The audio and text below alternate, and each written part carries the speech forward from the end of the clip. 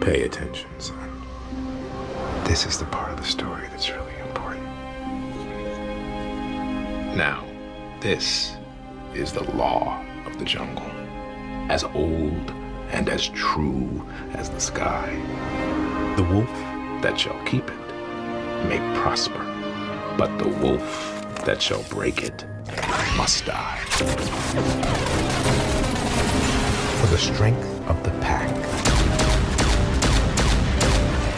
is the wolf. And the strength of the wolf is the pack. So it looks like Bungie is finally putting Destiny to bed with their new upcoming DLC, The Final Shape. The Final Shape will mark the end of the franchise that has dominated the looter shooter space now for 10 years. With The Final Shape, releasing June 4th, 2024, being Destiny's final hurrah, you would think that there would be some level of hype behind it, but no. I've witnessed more excitement from the Destiny community over much less in the past, so why is this final significant piece of content not stirring players? Now I think that it could be due to a combination of issues. Number 1, the controversies. With all the bad press that Bungie has received in recent years, from shady microtransaction bullshit, to content vaulting, to layoffs, to lawsuits, to culturally insensitive tweets, it only makes sense that players would be left with a sour taste in their mouths, and it's much harder to enjoy something that tastes rotten. Number 2, DLC quality. Destiny 2's DLCs are almost always met with an onslaught of criticism from the get-go. Ew! Dude! What the fuck?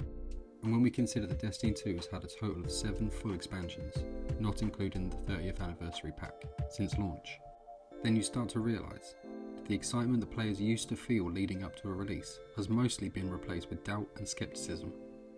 If 5 of the 7 expansions were lackluster, full of reused assets and had a dull storyline, would you really be excited for the finale? You can even apply this logic to the game's seasons, which only amplifies the problem. Number 3. Money, money, money. Another issue that has gotten progressively worse over the years is Bungie's wacky monetization. Paid DLC, paid seasons, dungeon keys, which I absolutely hate, microtransactions, event cards, increases in prices, locking the best cosmetic items behind paywalls, selling exotics for real money, vaulting content that players have already paid for. So many costs here, there and everywhere. It's a bit exhausting. Having to pay for years old DLC to access certain exotics when chunks of the playable content have already been removed, and the prices for old as balls content is ridiculous. FYI, right now you can buy both Assassin's Creed Origins DLCs plus some cosmetics in one bundle for £10, and it's all intact and worth every penny. The Destiny 2 Forsaken pack is $16.99.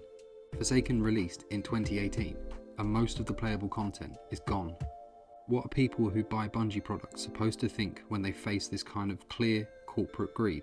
The player base might just be worn down and not excited by the prospect of paying £40, plus paying for the season pass, plus the dungeons, plus Eververse items, and whatever else Bungie decides warrants more money.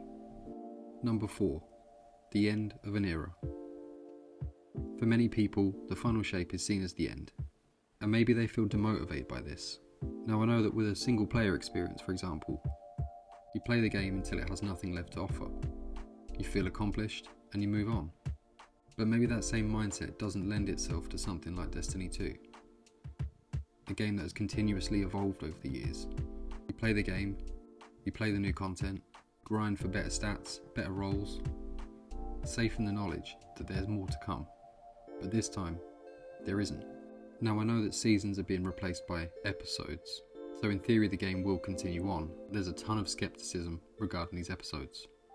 Personally, I do think that Bungie will dramatically decrease efforts with Destiny after the Final Shape, and unfortunately, I do think that the episodes will be pretty bare bones additions to the game, that offer very little in terms of new playable content. And maybe that's okay.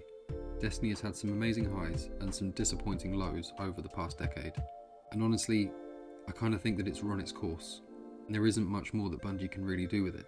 At the end of the day, Bungie are capable of producing some quality games, and with Destiny gone, and their attention on new projects, maybe we'll see some absolutely fantastic games from Bungie in the future. We already know that Bungie has several games in the pipeline, one of them being Marathon. The other projects that they're working on are yet to be confirmed, but personally I have everything crossed that these games end up being top tier. And that's going to do it for today's video. I just want to say thank you very much for watching.